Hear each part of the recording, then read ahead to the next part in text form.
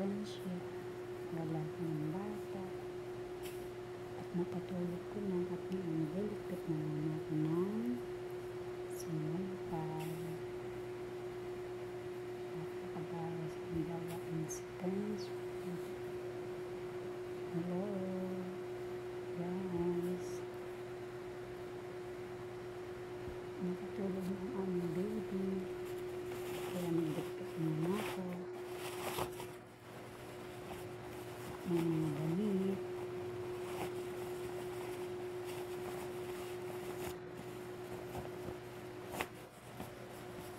Yaya muna ngayon, yaya titiklop ng mga damit para hindi mainit. Hello guys, hello guys.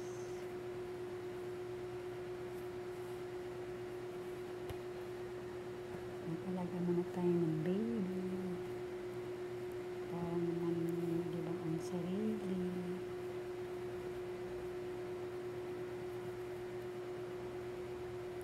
Para hindi mainit.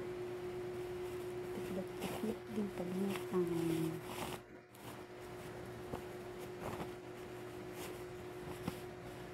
Hirap maging nanay, kaya dapat laging malakas at magkakasakit para magawa natin ng mga bagay-bagay, lalo na ang ating mga daily routine: magluto, maglaba, magtiklop, magatid sa school.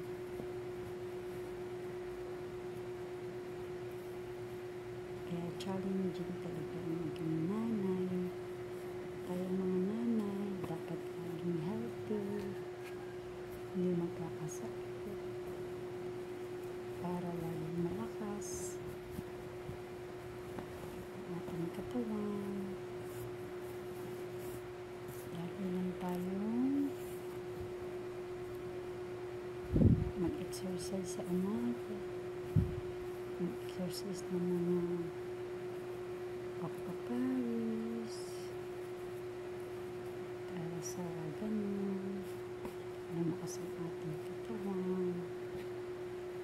Konting oras para malabas ang ating mga pawis. Makapag-exercise araw-araw, tuwing umaga. Pagkatapos din ang tuklupin para mamaya wala nang gagawin. Hello mga sisi. Pag may time, pwede rin magpahinga. Pero pag kami yung gagawin, dapat tapusin para wala nang babalik ang gawain.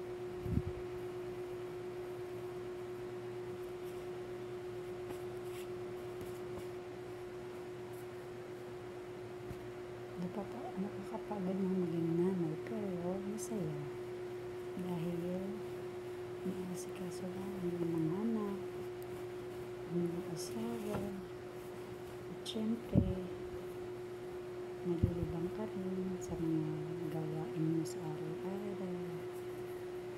Kaya dapat pagiging healthy ang ating katawan. Huwag natin pababayaan ang ating sarili, kumain ng tama, kumain ng mga masustansyang pagkain, at inom ng maraming tubig.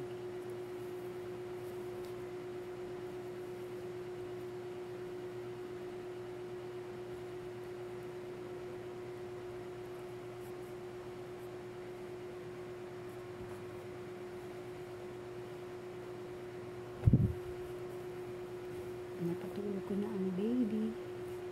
Ngayon magtitiklop. Mamaya ulit ang ibang gawain.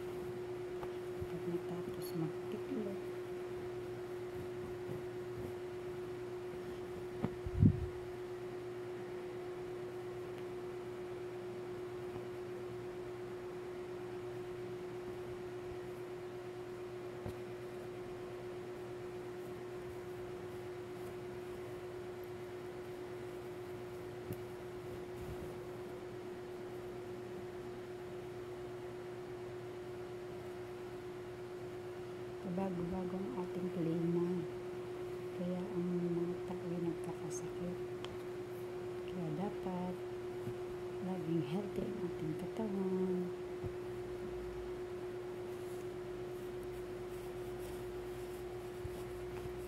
Lagi natin isipin ang ating katawan ay alagaan. Hindi tayo magkasakit. Meron tayong panlaban sa ating malusog na katawan. Tapos na ako magtuklo. After nito,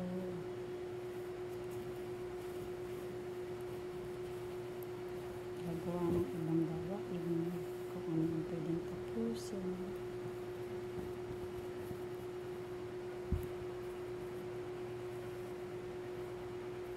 Para makapagpahinga din ng ilang oras.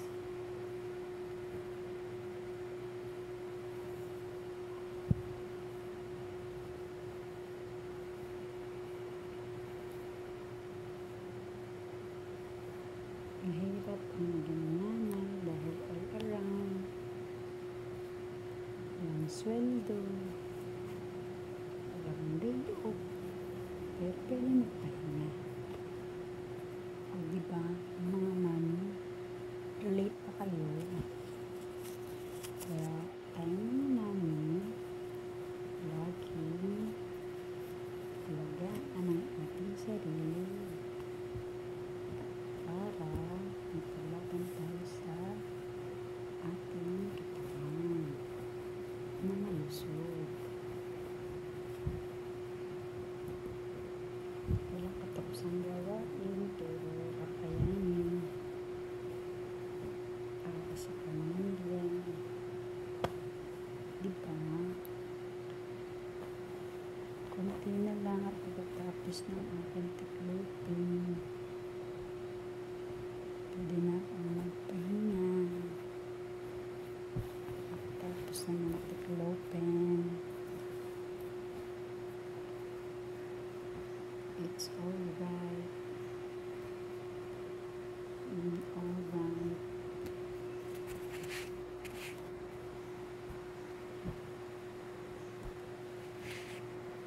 Tabi muna natin ating tiklop.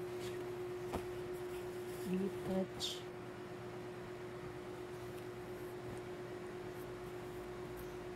Pag natapos,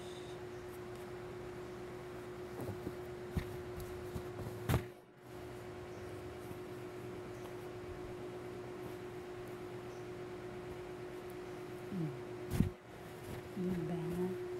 Tapos din. Kaya dapat healthy lagi ang mga nanay.